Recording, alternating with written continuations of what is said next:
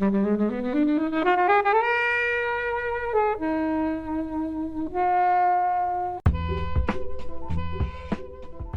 fact it purposely kind of places all these different men in her story, but the movie doesn't need to tell us anything about these men other than they are really creepy, and this is the experience of girls and women all over the world. It's a really kind of intimate and non-judgmental, it's quite a remarkable piece of filmmaking. And also the young actress who plays her was just outstanding. You can either notice it or you can ignore it, because that is so true to real life, which I think this film excels at, is mirroring reality. Welcome everyone to the Flixwatcher podcast. I'm Kobe, and today I'm joined by Em. Hi. Claire. Hello. And Helen. Hello. And we're going to be talking about never, rarely, sometimes, always. Yes, I got it right. Thank you as always to the mighty people for the mighty, mighty tunes. And thanks to Ben from Rockwood Audio for his awesome editing skills. Please do remember to write a review and rate us on Apple Podcasts and anywhere you can do where you listen to the podcast, because it really does help us. And you can join in the conversation with us on Twitter At FlixWatcherPod and on Instagram at Flixwatcher. Hello everybody, welcome to Flixwatcher podcast. Joining us remotely today we have Claire and Em. If you could please say hello to our listeners and tell them a little bit more about who you are and what you do, please. Sure. Hi, my name is Em. I am from the podcast VerbalDiorama. It is the podcast all about the history and legacy of movies you know and movies you don't. I'm delighted to be here. Thank you so much for having me.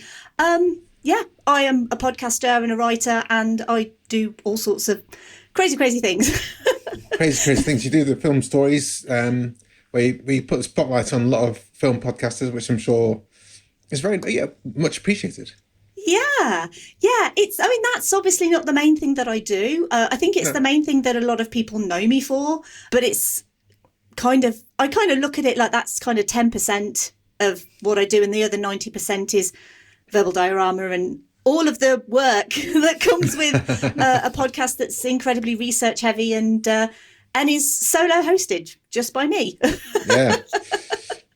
It's tough to do a monologue podcast. I've never done one, but I think just the effort and the energy as well you bring to it. Absolutely. It's an interesting experience to be constantly talking to yourself all the time, which is why I love coming onto other podcasts, because I actually get to talk to other human beings for a change. Also not do the editing. Oh yeah, that. Oh my God, yeah! Please don't tell me I have to do that as well. We've got another voice here. Is Claire. Claire, hello. Hi, hello. So I'm Claire. I'm a co-host of the podcast W Rated, where we watch the worst rated movies based off the IMDb Bottom 100. And I used to also write for film stories, but I'm currently on a bit of a gap year from film writing because I've temporarily moved to Dublin for a year, so focusing on the podcast but little temp on the writing. Don't they have films in Dublin? I don't know what's going on here. They do, but I don't know anyone in the film circuit critic world, so I don't know where they watch these films. So I'm just cinemas, yeah. I've been to 3 cinemas in Ireland now in the 3 months I've lived here, so I am getting better. By the time the year's up, maybe I'll have written a review. I'm sure the most part of that is because we are in lockdown still-ish. So. Yeah, we had a curfew up until mid-January, so everything had to shut by 8 p.m, which did make watching films incredibly difficult. Well, tell us about, W Rated. We had someone on here recently for our Cats episode who's going through each of the Adam Sandler films from their Happy Madison. Most of it, I'm sure some of those appear in the W Rated. They do. The question is, why are you doing this to yourself? Well, my lovely co-host Daisy and I just got talking one day on Twitter about film challenges we were both doing, and she had decided she was going to watch all 100 films on the bottom 100 list. I kind of half joking said, I hope you're going to capture it somewhere, podcast, blog, whatever. And she said she'd love to do a podcast but didn't know how. I'd always wanted to do a podcast, but I'm not as brave as Em and didn't want to do it on my own. And so a beautiful partnership was formed, and now we are slowly torturing ourselves. But it's a nice thing because our aim with every film is to look at what was good about the film. We're not there to laugh at the film and kind of go dig worse dirt up. We're there to think, is there some genuine merit to this? Does it deserve to be on the list? What are the good things? What maybe went wrong? And I'd say at the moment we're about 50-50 on films that we liked and films that we didn't. Okay. Well, you brought Never, Rarely, Sometimes, Always to this pod booth. Can you tell us, first of all, why you chose it? And then I'm going to get the timer up. And you've got 60 seconds or less to tell us the synopsis. Okay, so I chose this film because I think it is one of the best films that came out in 2020 and in recent years, one of the best. And I think it kind of came and went very quickly. It didn't really get the recognition that I think a film of this nature deserves, and it didn't stay in the conversation as long as it should have for what I think is quite a thought-provoking film. And it's always nice to bring films from female filmmakers about female issues to light a little bit more, because they don't get the attention that some of the big smashier actiony movies maybe get in the world. Fair play. And your timer starts now. Yeah, so Never, Rarely, Sometimes, Always follows teenager Autumn, who has to travel across America to New York City in order to obtain a legal termination of an unwanted pregnancy. She's joined on the trip by her cousin Skylar, and due to some misinformation, it ends up being a longer trip than either maybe had imagined, and we get a shocking insight into the workings of female healthcare. Well done. I should say in the States as well. Yes. Yes. in different countries, it might be different, or different states in the States, it might be different. Helen, you were quite excited when this choice. I mean, initially we were going to go for Rocket Man, but then that dropped off Netflix, and that's what happens. Quite a different film. But then you're quite like, yes, in a way. Never, Rarely, Sometimes, Always. Helen. Yeah, so this had been on my watch list for quite a while, well, since 2020, and someone very helpfully on Twitter put a PSA saying, it's on Netflix, and I think I actually watched it that afternoon. That's how keen I was to watch it, and it's just an excellent drama. The kind of sickliness of men permeates like everywhere, and the central performance is just incredible. It's like the last taboo, I think, for film, especially in America, is subjective abortions. And it's really kind of intimate and non-judgmental. We're almost kind of like looking in, and it's done in such a really delicate way that it never feels like it's got an agenda or anything. It's just, this is kind of the way it is, and this is how she's kind of navigating. And she kind of comes up to all these challenges along the way, as if the sort of the main part of the challenge wasn't harsh enough. She keeps kind of getting these little knockbacks here and then, and just her resilience is just really inspiring for what was 16, 17? 17, I think, yeah. I think it's a film that definitely deserves more people to kind of see it and watch it, because it's quite a remarkable piece of filmmaking. Had you seen it before, Em? I hadn't seen it before. I'd heard of it, but I guess I'm one of those people who prefers the big, noisy action movies. And I am the sort of person, I don't tend to stay away from dramas, but I tend to stay away from stuff that's going to emotionally affect me. And to be honest, I didn't even know this was on Netflix. So the fact it was on there, and obviously when it came up that's what Claire's choice was, I kind of thought to myself, well, this is actually kind of the ideal opportunity for me to actually sit and watch something like this, because I probably wouldn't maybe have watched this. Not that I didn't know about it, and not that I'm, against the subject matter or anything like that. It's just not normally the sort of thing that I would personally watch. So I kind of took this as an opportunity to actually maybe watch something important for a change. Did it rise to that important statue that you held in your head? Yeah, I mean, it's I knew what the subject matter was. I kind of, in my head, I kind of thought it would be upsetting and, slightly disconcerting and all of that sort of stuff. I kind of wasn't prepared for how it made me feel, in a sense of how uncomfortable I felt thinking, kind of looking back to my own sort of teen years and the way that men treat young girls. And it was almost like a kind of look back to the past in a way, which is obviously, you know, and any woman can tell you experiences that they've had in the past. You know, you remember things, and it's, you know, you remember that feeling of uncomfortableness when a man looks at you in a certain way or touches you in a certain way, and then you kind of think, well, that's still happening to girls of this age, and then on all of the other issues as well with the Planned Parenthood thing in America. And well, as you talked about the creepiness aspect, I think that's one thing that I can imagine a lot of the gammon on the internet being angry. Men aren't like this. And I just think there's a few instances. This is the second time I watched it, and I think I missed a few of the instances the first time, but or I just didn't remember, I forgot them. But there's like in the supermarket where Skylar just says, "Oh, it looks like you're having a party," and then the guy there is creepily at least 3 times her age is like, "Well, why don't you come afterwards? We can wait for you." Yeah. And then there's a co-worker kissing both their hands as they're handing over the cash. And then there's the guy they meet on the bus, Jasper, who's like ostensibly friendly, but also he's definitely got an ulterior motive. He wants something out of his friendliness. Yeah, exactly. Even the father figure is it was the father or stepfather? I wasn't sure. It's intentionally ambiguous. Yeah. Yeah. And then the first thing was when Autumn's playing guitar in the school recital, and people like shouting at her. Rude words at her. So you get the impression that she throws water over one of them. So it's sprinkled in there all the way through the experiences that she's having. And like I say, it's good to hear you say it's not unique to this film. It's not shining a light here. But the experiences that she's having then as a foundation, then on top of that, she's having to go through these experiences to try and get this termination sorted in a safe manner. And it's kind of horrible.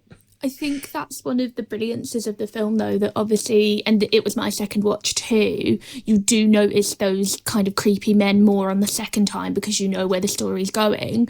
But what I love is that is in no way the focus of the film. There is at no point in the film the focus on who is the father, what has she been through in that kind of emotional turmoil, how did she end up pregnant. It doesn't really go into detail on those experiences that are happening to these young women. And I think it's both brilliant because it means that just Autumn's story is the main focus the whole way through. This is about Autumn's story.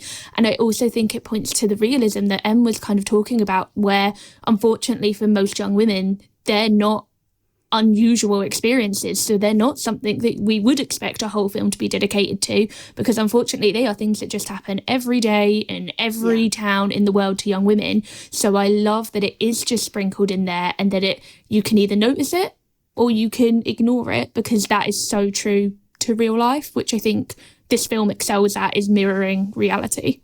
They're like the minor moments in a much bigger story, and it's sort of not real time, but it's not set on such a short period of time, and that's not unreasonable for that amount of men to be that creepy. Let's just call them the creepy May, and just that short period of time as well.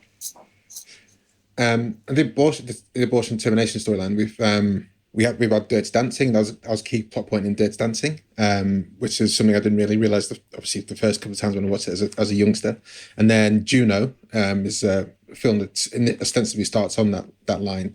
But I think this is shining a light on the situation in the States. And it'd be a different story if she was in Brooklyn straight away, and there would have been a different situation. It's kind of going to show that even in Pennsylvania, which is a fairly liberal state, it's a traumatic, it's an unfair experience if you want to go through the process. And the Planned Parenthood had the first people, or was it the second? No, they were the people. pro-life. So you had the first clinic was like the pro-life clinic. Yeah. But masquerading as a women's health clinic, kind of not making it clear. And what their agenda, quote unquote, was. Yeah. I think it's kind of a new wave of films that I've noticed myself in the last few years. You had this film, then there was a film that for some reason never came out in the UK called Unpregnant, which is an abortion road trip comedy, which is a very similar vein, a girl trying to get across America to a state where she can legally obtain an abortion. And then there is the film that won the Golden online at Venice L'Avant, the happening, which is set in 60s in France.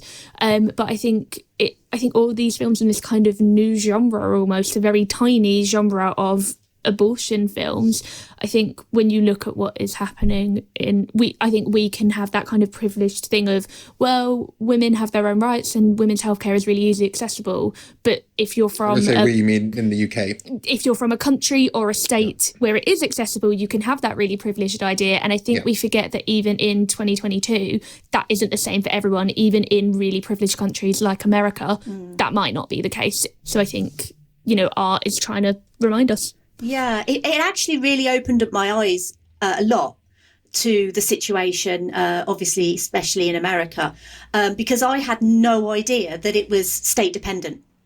Oh, really? Yeah, I obviously don't live over there, so I know that there's obviously there's been legal issues with like Planned Parenthood and stuff like that, and I know there's been a lot of celebrity endorsement of like Planned Parenthood and obviously from my point of view, I've always been pro-choice, just generally, but I had no idea that it was state dependent. And so when she's in Pennsylvania and I think, oh, well, Pennsylvania, that's where Philadelphia is, you think that in a state like that, you would have at least some access to women's health and women's reproductive services. And the fact that these two young girls, they're minors and they get on a bus and they have to go to New York for Autumn's treatment. I just wanted to kind of reiterate on what Claire said. I felt that like the movie really showed a lot of empathy towards Autumn and her situation, but I also liked that the movie didn't focus on anything other than her story.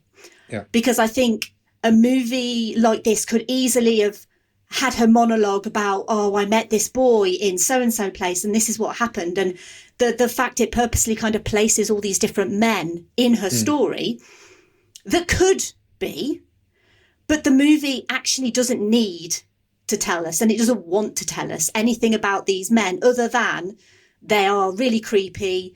And this is the experience of so many girls and women and, all over the world, because it's not about them. And it's never about them. It's about her and her choice and her life. And I just felt it was really compassionate towards her. And also the young actress who plays her was just outstanding. I felt like I wasn't watching a movie. I felt like I was watching a documentary about her life. I just felt like and obviously I'm not a teenager. I don't know how teenagers act, but the fact that she's quite monosyllabic, she doesn't really talk, she doesn't, go into too much detail. I felt like, well, maybe that's how teenagers today actually do speak. That's one of the things I loved about the film, though, as well as the complete lack of dialogue. Obviously, there's dialogue in it, but it is such a dialogue-thin film, which I think really, again, is one of its strengths because it adds to that realism. I think we should find out her name. Someone found out her name. Skylar was also great in this, and the denouement when she goes through a scene where she's asked by the Planned Parenthood advisor those questions where she's supposed to answer never, rarely, sometimes, always, and she doesn't even answer sometimes, but she kind of breaks down, going back through the story. That scene is just like. It's the refusal to cut. Just the one shot, tight on her face, utter refusal to cut. Like, what a difficult performance. What a brave filmmaking choice. And thank God it works, because that scene, obviously it's the titular scene anyway, but that is the heart of the movie. It would be a good movie without that scene, but I feel like that scene elevates it to an extraordinary movie because it's so simple, but it's raw, it's empathetic, it makes me cry, it makes me feel so much for that young girl. And it doesn't actually tell us anything because she refuses to tell us, but we know exactly what she's not telling us. It's like feeding back into it's not telling the stories of the guys or the people that made her answer sometimes or rarely. That's not about what it's about. And I think one of the best things about that scene is the voice we hear. The counsellor at Planned Parenthood is a real life social worker. They chose a real life social worker to ask those questions to make it as realistic as possible. And I do think you do hear her empathetic tone, and it does sound. I think that's how it adds into that documentary feel that Em was talking about by bringing those elements in. At the top of the show, Helen, you said about the setbacks that she'd gone through. Can you talk a bit about those? Each step of the way, there's like, another thing, and another thing. Well, yeah, I mean, I guess the fact that she has to go to New York in the first place to have it done, and then they kind of keep running into things where she kind of gets there and they said, oh, well, they said you were this many weeks, but you're actually this many weeks, so we now, it's going to take 2 days and it's going to cost this kind of more money. And it's just that it costs kind of money in the first place is like a big thing. Like, I kind of love that they steal some money from the creepy shop guy to pay for it, but to kind of get more money, they have to. Skylar has to sell herself to the guy that she meets on the bus, and it's just you're watching, you're thinking, what would I do in that situation? How would I be resourceful to kind of like find the cash? Would I be able to lie and kind of convince my parents that I was staying at a friend's? And there's just so much responsibility and things you kind of have to think through, and he just manages to make these decisions like there and then in a really kind of calm way that I don't know if I would have any of her like kind of calmness and just straight thinking when I was that young. Is there anything else you guys want to say before we head to the scores? I was just going to add that by not saying... So there's a thing that kind of people tend to have when they talk about abortions, and they kind of say, well, it's acceptable if like it's because you were raped, and people try and justify it. And by her not giving any information about why she's having it, it is deliberately saying that there doesn't need to be a reason, and there doesn't need to be a kind of badness about it to justify it. And I think that's really important, because there's a lot of language around women about trying to sort of justify why things happen to them because of certain things. And with this, it's like, there doesn't need to be a reason. It's her choice. And by not having that in there, it takes away that element. And I think that's really powerful in the way they tell the story, because it could easily be she's going to get an abortion because she got drunk at a party and she ended up being raped. And then that would be like, oh, well, then in that case, it's justified. But not having that is really powerful and a really strong decision, I think. Anything else, guys, before we head to the scores? No, I was actually going to say pretty much what Helen just said. Oh, perfect. She took the words right out of your mouth. Well, let's head to the scores.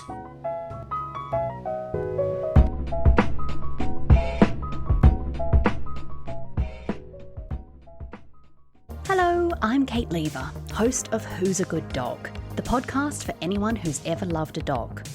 We're one of the other podcasts in the Stripped Media family. Each episode, I ask a brilliant person to introduce me to their dog and tell me how having a dog has changed their life.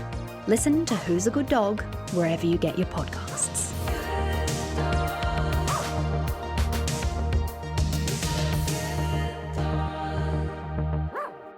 Welcome to our Flixwatcher scores. All of our scores are out of 5. You may have decimal places if you wish, and we will start with you, please, Claire, with your recommendability. Yeah, I would give it 5 out of 5 for recommendability. I think it is just a wonderful, brave piece of cinema work. I think it's really easily accessible at the same time. I think it's incredibly non-judgmental, and it's also nice and short, so it's not going to take up anyone's time. And I think it's just very moving and a worthwhile thing to watch. I gave it a recommendability score of 4, and the only reason that I didn't give it more is because I personally got a little bit distressed watching certain scenes in this movie, and yeah, I just always feel a little bit like if I get a little bit upset, then I don't know how much I'd want to recommend that to someone else. But I thought as a movie and as an experience, I thought it was absolutely phenomenal. Helen? Yeah, it's one that if you are recommending it, then I think you probably need to be quite clear with the story, because it's not a spoiler. Her journey in the arc is that that she's going to New York for an abortion. So as long as I think you're clear about what that is, so that you don't end up kind of recommending it to someone who's sort of been through that and doesn't want to watch a film about it. I just think it's one of those dramas that, through the kind of medium of filmmaking, you're able to tell these really powerful stories, and in a way that isn't normally really addressed, or when it's done, it's normally a man kind of doing it and the tone's all off and it's completely wrong. But this feels like a really strong female-led piece of cinema, and I think that it's on Netflix as well. Like, I'll be recommending this to all of my kind of female friends and people who I know are genuinely interested in film. So I'm going to go with a 5 on this one. 4.5 or 5 or 4.8. Let's go 4.8. Yeah, there's definitely high recommendability. This is the second time watching it, and the first time I saw it was, I think it was on Sky Now TV, and I'd heard the story, I heard the film, and I thought it sounded ace. And when it came to Now, I was like, I need to watch it now. And when it came to Netflix and you chose it, Claire, was like, I wasn't like, yeah, I was not jumping for joy, but I was like, yeah, I'm really up for watching that again. And I think there's a lot. I'd recommend it more because I think there's a lot that a lot of people can get out of it, and it's great to hear that Em was initially reluctant, wanted a bit of a turn to watch it, but then you got a lot out of it yourself. I think that just shows that other people will do. So repeat viewing score, Claire. So repeat viewing score, I'll probably go 4 out of 5, and similar reasons to what Em said, that because there are some distressing scenes and it is a very heavy emotional film, that it is not the kind of film that you want to rewatch multiple times a year or that you're going to be reaching to watch again. But similar to yourself, Kobe, I watched it at the end of 2020 when it was on Now TV, was really excited to watch it. I've thought about it a lot since, but I've never gone to rewatch it. And so by doing this, I'm so pleased I did rewatch it, because I got new things from the experience in a rewatch, and it reminded me of how much of a powerful film it is. And so I think I will watch it again in another year or two, because I think it really struck me about how much I want to go out and do and help people and be a social justice warrior. And so I think it's important to kind of rewatch these films that hit you emotionally like that, so that you remember those emotions. So obviously, because I had never seen this before, I wasn't, unlike the rest of you, I'm not in a situation where I'm watching it again for the second time now. But given the choice, I probably would watch this again. I've given it a repeat viewing score of 3, only because it did kind of remind me of past experiences. But because I've been through that, in a sense of, well, I've seen it now, so now I know what's there. There is a strong possibility that I will watch this again. But it's one of those, because the subject matter is often quite difficult to watch, especially where you've got scenes of her punching her own stomach. And I found that especially upsetting. And the bruises afterwards. Yeah. So yeah, I thought I'd kind of go down the middle, but more towards the repeat viewing positive and give it a 3. Helen. Yeah, so I only watched this for the first time probably about 2 months ago. So it was still fresh in my memory, and I didn't feel as though I needed to watch it again. And like you said, it's not an easy watch. It's not one of the ones you're kind of like going, oh, just in the mood for this, gonna put it on. You definitely have to be in the right frame of mind. And it was moments of it really upsetting and really hard to watch. So I don't know when I'll probably watch it again. So I'm going to go down the middle with a 2.5. Possibly if a bit of time kind of elapses, I might go back to it, but it's not an easy thing to watch, so I'm not going to be in a rush. Yeah, I'm going to go for a 3 because I watched it twice within, I guess, the space of a year. I'm not sure when I'll watch it again, because I think it definitely justifies a second watch, but I'm not sure when that third watch will happen. Small screen score, Claire. So I've only ever seen it on the small screen, both viewings. I don't know if it actually even got a UK cinema release because of COVID. Yeah. I'm not sure it did. No, I don't think it did either. I think it went straight to VOD in the UK. but I'm so high on this film. I'm giving it a 5 out of 5 because I think it was a great viewing experience at home. I live on my own and I've watched it both times completely on my own, and it made it that much more of an intimate experience because I felt like it was just me with the girls. I don't know how it would translate to watching it with an audience. I don't know if I'd feel more comfortable or less comfortable. So small screen, I think it's great. We haven't actually talked about Skylar and their relationship and how there's a support network with her and her cousin, who's not the ideal person to be supporting. You don't want someone, ideally you want to be able to turn to a more experienced adult or someone. But what do you guys make of Skylar and their relationship? I love their unspoken dialogue. I think it works really well that it's not a sister, but it's also not just a random friend, that there is a kind of, not unrequited love, unconditional love there with them being family. And I love that. I don't think Autumn ever even tells Skylar that she's pregnant. I think Skylar just catches on and immediately she takes charge and she's like, I'm going to help you. We're going to take this money. We're going to get this bus. I will be the support that you don't have because I know that your family can't support you through this.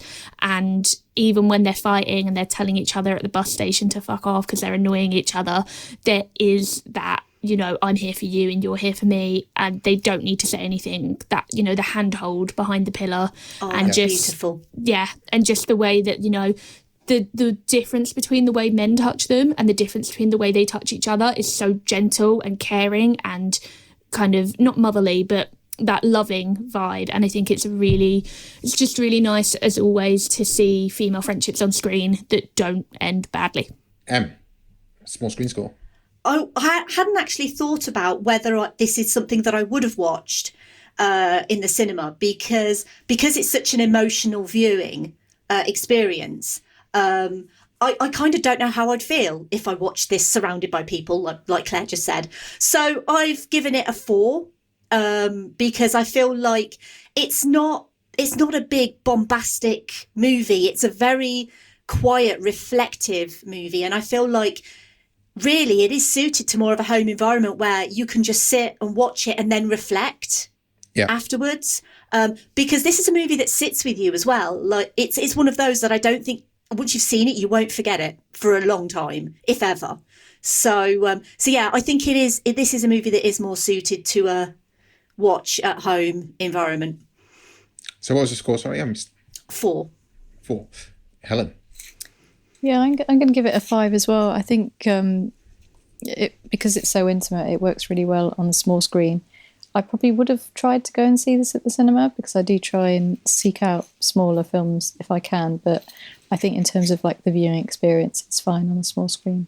I think I would have like Helen. I would have gone to try and see this at the cinema, but it would have been like a Sunday where I went out for a double or a triple bill. This probably wouldn't have been the finale in the day. But it would have been one I tried to catch up with.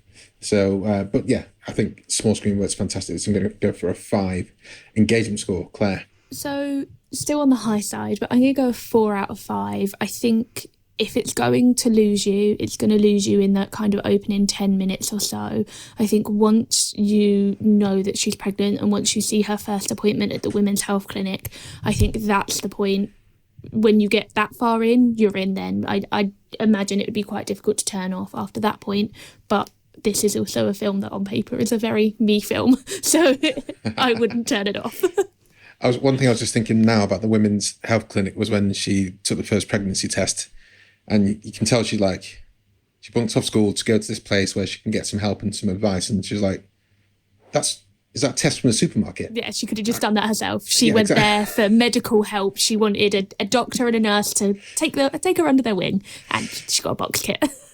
Probably paid like triple the amount for it as well. That was probably more of a shock. Engagement score. So I gave it a 4 as well, only because I feel like, because it does have, like Claire said, a bit of a slow start. But then I think once you do get involved and invested in this movie, I feel like it would be very, very difficult to turn it off because you kind of want to know what happens to this girl. You become invested in her and her story. And honestly, you kind of start to feel a bit protective of her and you want to know that she's okay. And, throughout the whole movie, I was, especially when, they're falling asleep at like tube stations and stuff like that because they've got nowhere to sleep. And this is over like a 3-day period in New York City, like one of the biggest cities in the world. These 2 teenage girls, and they've got nowhere to go. And I was just like, literally like begging the screen, like, please will someone help these girls? Like, just give them some money or buy them a hotel room or give them some food or something. She was offered, Autumn and Skylar was offered help with a volunteer house. Yeah, that's right. And they turned it down, or she turned it down on their behalf. So I don't know, I felt like, because I thought it's wiser than to turn down Jasper's help initially when they landed at New York. And to be honest, I was thinking myself, I've been to New York, landed there myself and 2 other guys, and we're all 3 of us like, sorry, what? What do we do? So I can imagine the similar kind of thing with like 2 young girls who are like, I'm here for a specific purpose, and it's daunting, for want of a lighter word. It's super daunting. And I get why she turned, like, because as an adult, I'm screaming at the screen, take the volunteer house, that they will look after you, go, like, take the help. But we've seen her be lied to by the previous women's health clinic. We've been shown that her family life, whether it's her father or her stepfather, is not stable and not supportive. And pretty much any adult in her life is a negative interaction with her. So you completely understand why she wouldn't trust this adult randomly offering her help, because society's told her it's not going to end well. So what was your engagement score, Em, sorry? 4. Helen? Yeah, I'm also going to go with a 4. It's one of those films where there's not that much dialogue, and we've already spoke about it. It is very much that kind of reflective piece. So you're almost kind of reflecting as you go along, and yeah, it's quite a strange experience to be going on this journey with her. So yeah, it's a 4. Like, you'll know when you watch it whether it's going to be for you. So it's one that you're obviously going to stick with, but also there's not that much happening. If that makes sense. The actor's name is Sidney Flanigan, who plays Autumn. By the way, she's not been in any of the films I can see at the moment. Yeah, I'm going with 3.5 because I think the second time I watched it, I wasn't as like glued to it as you could do, because it's kind of sparse, as everyone said. So I could kind of dream in and float in and out on Twitter and Instagram at the same time and wait for the kind of more salient bits to occur. That gives us an overall score of 4.11250. Nice. Pretty good. Absolutely. So guys, do follow us on Twitter, everyone who's listening, because we do put a tweet out before we go into recording and ask for your opinions, and look out for a tweet like this. We're reviewing Never Really, Sometimes Always with Claire, Ellen Hope, and Em from W Rated and VerbalDiorama. Have you seen it? Tell us your thoughts and a score out of 5 stars for an on-air shout-out. I wasn't expecting anything from this because it's a small film, but we did get a response. Claire, do you have it up? So this is from The First Run, and they said 5, great, devastating film, which completely agree. Yeah. Guys, Em, Claire, can you sign off by telling everyone where we can find you online, and we'll say goodbye to the listeners? Yeah, you can find me on Twitter and Instagram at Claire Ellen Hope, Claire without an I, and you can find W Rated there at wratedpod. And you can find me on Twitter, Instagram and Facebook at VerbalDiorama. Well, thank you very much, guys. It's been a pleasure. Thanks for coming on. Thank you. Bye. Bye. Enjoyed this episode of Flixwatcher podcast? Why not leave us a 5-star review on iTunes? You can also follow us at FlixWatcherPod on Twitter, and we're at FlixWatcher on Instagram.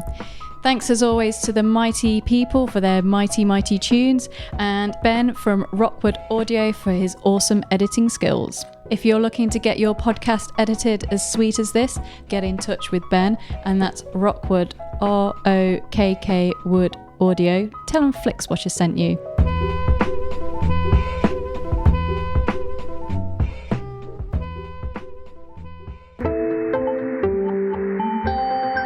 You just heard a Stripped Media production.